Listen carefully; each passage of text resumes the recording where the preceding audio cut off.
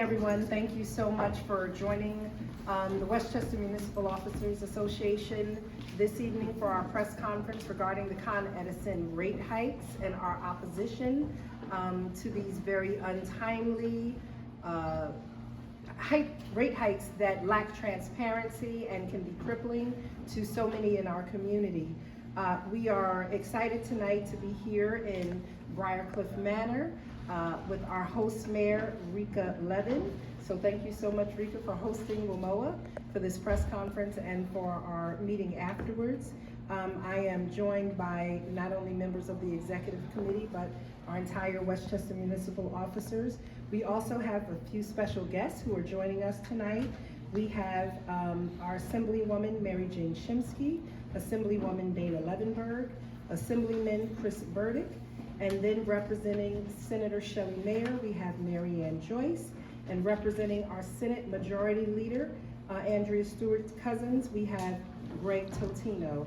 And with that being said, we just thank you for coming out tonight to participate and support us in our press conference, and I'm going to hand the mic over to Mayor Levin of OSME. Thank you. Thank you, Mayor. I'm going to make this short and sweet, just like I am.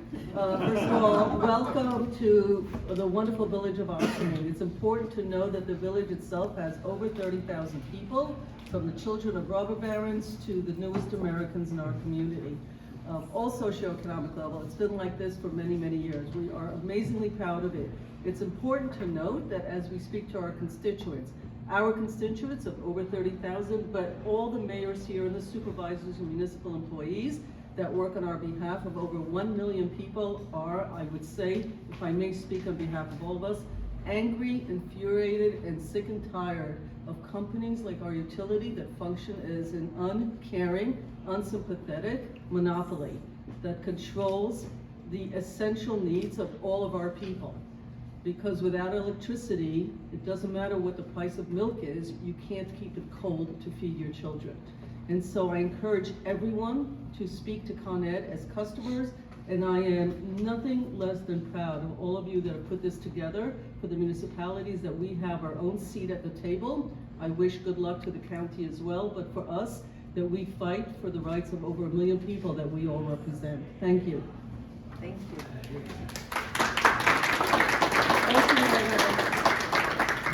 And at this time, we're going to bring before you one of our executive members, one of our executive committee members, Chris Bradbury, who is the administrator of the Village of Rybrook.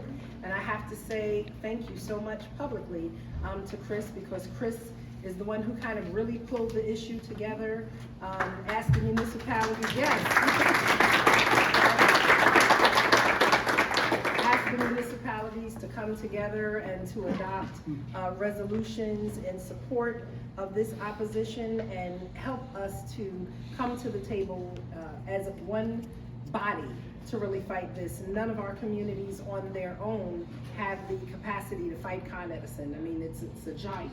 And so when we come together as a collaboration of municipalities, then we have a much better fight.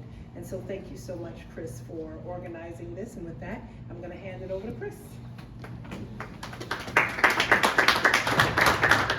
Thank you so much. Yeah, I'm really proud, really, of everyone's efforts here. There's been a lot of help from everyone to get the news out, to explain the issues to everyone, and to really coalesce and have all the communities, 38 communities working together. You know, I think that's really unprecedented in time of how we're doing this in a unilateral, bipartisan way, all for the same goal. So it's really wonderful to see everyone working together. Today I was asked to kind of explain where we are in the process and what the process is going ahead, because it's a very complicated process over an 11-month period. So there's a lot of steps that are involved. So let me give a little bit of an overview. So Con Edison submitted a rate request that would take effect in January 1st of next year, 2026. That rate request is a petition to the Public Service Commission, and in doing that rate request, that would affect both Westchester County and New York City. They are seeking a 10% profit in their request for the shareholders and for Con Edison. Those rates will be determined again over next 11 months, and there's components of that. You have to look at the rate design, the rate allocation, and revenue requirements. A lot of information is submitted by the Public Service Commission that needs to be reviewed. Impacts, think about the impacts, the electric impacts. They're looking for a $1.6 billion increase in their revenues. So that's an increase in revenues of $1.6 billion. That's an 18% increase in the base delivery for residential, and 11.4% increase in total revenues. The impact on your monthly residential delivery side of your bill, because there's supply and there's delivery, just the delivery side is an increase for the average customer of about $27 per month. On the natural gas side, they're requesting a revenue increase of $440 million. That's an 18 or almost 19% increase in base delivery, and over a 13% increase in total revenue. So these are all double digits that you're hearing here. And that would increase your monthly bill for the average residential customer of about over $46 per month. So these are very substantial increases that are requested. And that's on top of the plus or minus 20% of the increase they've had over the last several years. So these are going to impact families and people in all of our communities. So, the 38 communities that are here are representing almost 1 million customers of Con Edison. So process-wise, the petition was submitted in January. Those rates are then determined, again, based on cost of service plus a reasonable return on their investment in infrastructure. And again, on top of that, they're looking for a 10% increase in total return or profit. Then Con Edison has to provide a lot of detail, a cost of service study, written testimony, that's all gets submitted to support their rate increase. Public hearings are then scheduled, and that's what we're going through now. The last couple of days started some virtual public hearings. There's going to be some public in-person hearings as well. And those public hearings can actually continue for several months, depending on the Public Service Commission.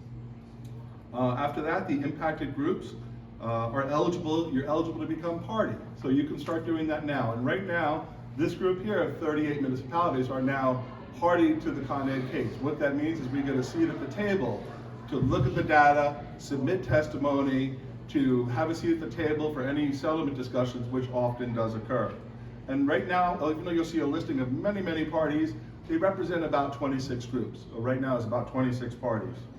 And there's discovery by the parties. They submit expert testimony, which we will be doing as well, in opposition to the rate request. And that's a continuing process. We're looking to have our attorney that's representing our group, and our technical consultant is expected to submit their written report and their filing by the end of next month. Then the parties start to go, after all the written testimony is in, usually goes into settlement discussions. And those settlement discussions can often result in settlements that will impact rates for the next 3 to 4 years. And that's why it's so important. This is one point in time, but that could impact the next 4 years for customers in our region. Parties then go, evidentiary hearings, our discussions are held, and that could be either on the settlement or the submission, the original submission, and then you can cross-examine the witnesses, including the witnesses we put forth. After those hearings, then the briefs are submitted by other parties, and then the Public Service Commission makes the decisions. So you can hear a lot of information, but the short message here is there's a lot of steps, there's a lot of detail. We want the public to come out and make their voices heard, but we also have to do the work to really go look at the data and find out what's in this rate, the details of the case, so that we can make a very sound argument and keep these rates as low as possible for the families in our communities. Thank you.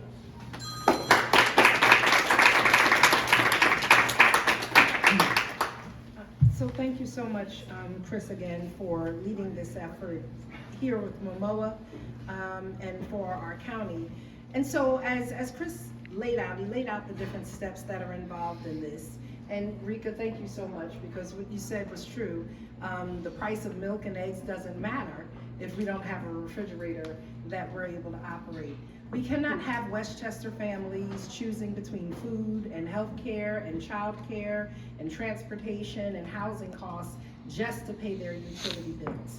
We know that we have longer winters and colder winters. We're having hotter summers. And so yes, our reliance on gas and electric is like nothing we've ever experienced before. And as municipalities, we have to live within our means. We can't go past a 2% tax rate increase for our residents.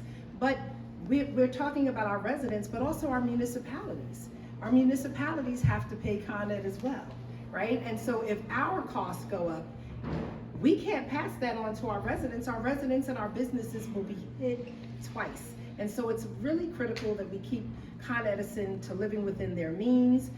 Profit margins cannot be that huge. They have open stock market prices, right? So they're traded publicly on the stock market. They have an opportunity to make money from that. It just cannot be on the backs of customers. Utilities are not luxuries, they are necessities, and we cannot choose to go without utilities. Ms. Francis, one of my residents, called me and she's saying to me, look, I am 66 years old. I'm so afraid that I'm going to lose my house between the inflation, medical insurance, health care, mortgage, tax increases, and now on top of that, utility increases. How is someone who is living on a fixed income, who's worked all their life and now nationally are concerned that they might lose Social Security, how are people going to survive? So we have to be very thoughtful and very intentional when we're having these discussions and when we're pushing back against the Public Service Commission. As Chris said, the conversations transparency is going to be very important in this time. Just like in our communities, we have to lay out our budgets and people get to come and we have to really consider them. We don't want these hearings just to be an exercise. So we are challenging the Public Service Commission to really hear the people who are coming before you, to understand that the challenges that they're going to face are going to be real. And rates of double digits at this time is not sustainable for individuals, for businesses, and for municipalities, not for anyone at this time. So with that being said, I'm going to hand it over to WMOA's first Vice President, Mayor Nikki Amakosh. She is Mayor of Hastings-on-the-Hudson. Thank you, Nikki.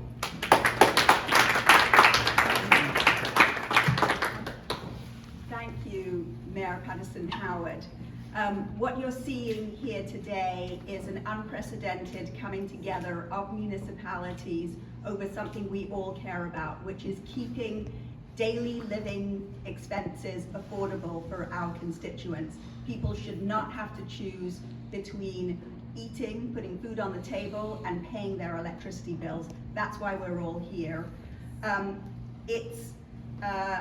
It's a very specific, it sounds very nerdy, but we're becoming party to an agreement which will give us legal representation and a technical consultant representing our interests as municipalities, and that means all the people who live in our municipalities. We will be informed and we will be able to be party to the negotiations. What our representatives will be doing is conducting discovery, entering witness testimony, submitting briefs, attending hearings, and being a part of the settlement discussions. So what we will be able to do is have a say in what Con Edison is entitled to, the allocation of revenues to the various customer classes, and capital improvement plans based on Con Edison's cost of service study. And we will be able to be party to establishing the rate design to be allocated to each customer group. It's very nerdy, it's really important. What it comes down to is dollars and cents for our constituents. The Senate Majority Leader is our Senator, Andrea Stewart-Cousins. She has written numerous letters to the PSC and to us as a body saying how much she supports it. And I know we have others here who feel the same way, who are part of the Assembly. I don't know if any of you want to come and say a few words. Yes, please. Okay, I guess I'll lead it off. I am Mary Jane Shimsky. I am the Assembly member for the 92nd Assembly District, which includes the jurisdictions led by Mayors Armacost and Mayor Kabulian and Mayor Shearer. Oh, yes. Oh, Karen, you're here. And Mayor Brown as well. I'm sorry, I didn't see you over there. We're at a real crossroads at this point. When you look at the basic statistics at this point, the economic model for our electric services simply is unsustainable going into the future for our customer base. Just as one indicator, the cost of living increase for Social Security this year is 2.5%. These rate increases are 11.4% for electricity and 13.3% for natural gas. In the meantime, third quarter last year, Con Ed experienced an 11.8% increase in third quarter per share earnings from our people. And Con Ed CEO's compensation package, and this is just the CEO, there's a lot of bureaucracy there, is exceeding $16 million. And when we consider this disparity in numbers, as of January 2025, over 439,000 Con Edison residential accounts are behind on their utility bills for 60 days or more. As I said, this is a serious problem. It's been building up for a long time. We cannot add another double-digit rate increase on all of this. We know what this means for people on fixed incomes. We know what this means for low-income people. People well into the middle class are really feeling it at this point. If you've managed to buy a house, you've managed to get a college degree, a graduate degree, you're working really hard at your dream job, you should not have to ask whether you are going to pay your electric bill or you're going to buy your kids new pairs of shoes. That's where we're at this point. As I said, this is not sustainable. I thank our 38 municipalities for joining together to contest this rate increase. And I look forward to continuing working with them this year and beyond, because this rate increase is only step one of what we are going to have to do to readjust the social compact between a monopoly that's supposed to provide us reliable service for a reasonable cost and the people who are forced to use their services. Thank you very much, and as I said, I look forward to working with all of you.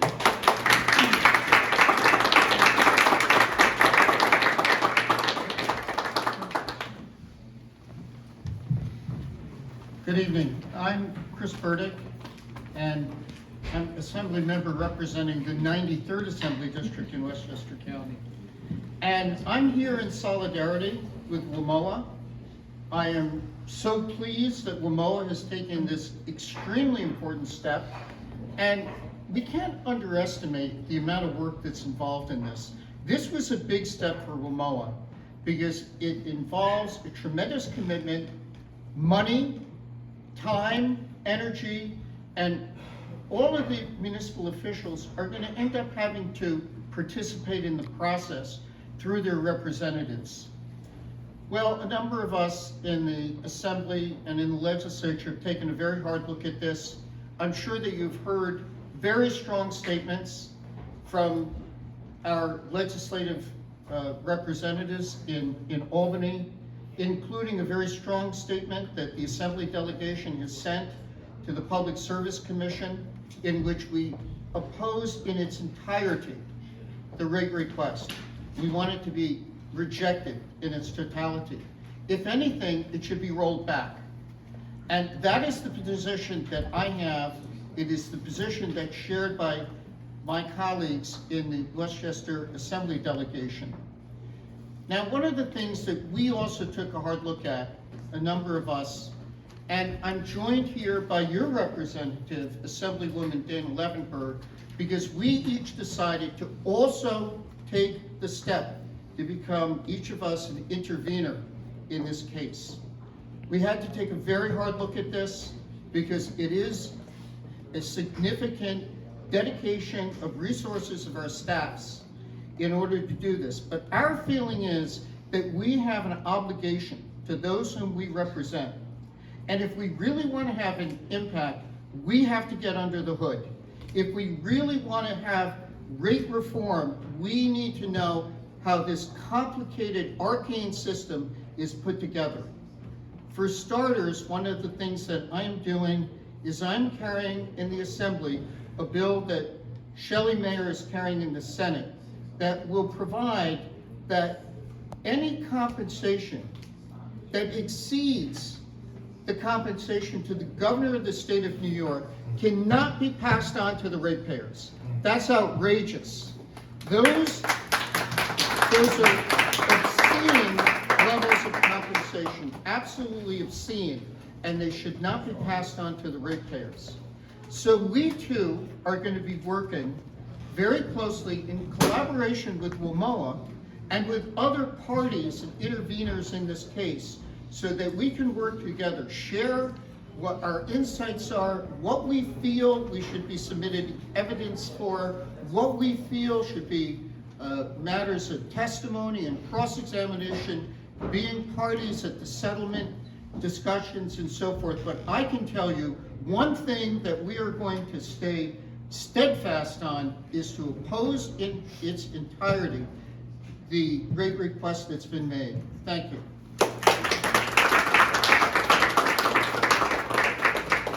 Good evening. My name is Dame Levenberg. I'm the Assembly member representing the district that we are in right now. We're in the unincorporated town of Ossining. Welcome, welcome. And thank you to the mayor of the village of Ossining, our town supervisor of the town of Ossining, Liz Feldman, for hosting this event. I know the village is hosting. It's so wonderful that the Westchester Municipal Officials Association, all of the, everybody's gotten together. I think there's 38 municipalities of the total membership that have agreed to participate in this rate case. And as my colleague Chris Burdick mentioned, it's really important for us to get under the hood and understand. I mean, I don't know about any of you, but looking at an 18% return right now on an investment in the stock market sounds pretty good.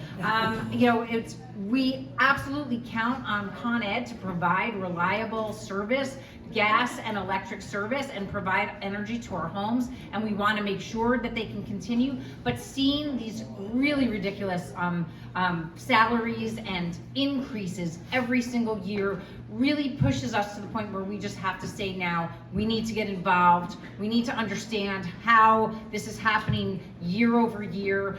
I mean, I would have to say that most of the calls that I have gotten in my office over this past year have been about utility increases and how am I going to afford to pay my bills.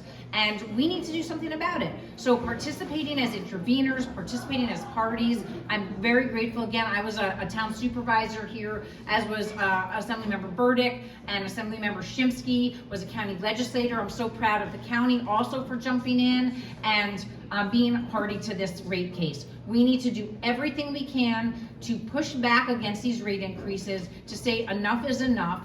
And in addition, you know, we need to do what we can to make sure that we see a build out of our sustainable infrastructure and stop forcing our utilities to continue to have to build out our gas pipelines. So I'm going to continue to support actually New York Heat in the state, and hopefully we can get that done, because it's so important that we focus on our climate and the climate reality, even if it's being opposed at the federal level. And there's people who don't believe. We're seeing what's happening every day with flooding, with extreme heat, with extreme cold. This has been a really tough winter, and as Mayor Patterson Howard says, you know, we're seeing these hotter summers and these colder winters, and we know that we're going to see those higher, the increases of the amount that we actually need to be supplied to our homes. But we can't see these crazy year-over-year percentage increases like we're seeing double-digit increases when all of us are having to deal with, you know, 2% or CPI increases for our own budgets. So we need to get a hold on this. I'm so proud again of WMOA. I stand here with all municipal officials, grateful for your participation. Let's get this done. Thank you. So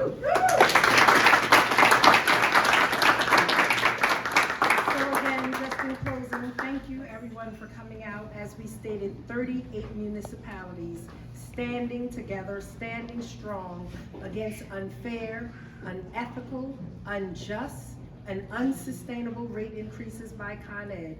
Con Ed is a monopoly. And I remember many years ago, we had to break up the monopolies of Ma Bell. Well, these are conversations that we need to have right now about Con Edison. We have to push back, and push back we will. And I think this is unprecedented. What we're doing right here as a group, and that we also have the backing of our state delegation of assembly members and senators, that we're hearing also from our county executive, and they're supporting. So all levels of government are coming together to fight for our residents, a million strong throughout Westchester, almost a million strong throughout Westchester, to ensure that profits are not placed over people. Profits cannot be placed over people. We must have a say, we will have a say, and we encourage our residents to please participate in the Public Service Commission hearings. Lift up your voices, lift them loud, and we will continue to educate you on the issues and keep you informed as we fight together. Thank you so much to all of our local leaders. And in closing, we also want to just acknowledge Ann Janiak, who is the Executive Director of WMOA, because she's also put a lot of work into this. Thank you so much.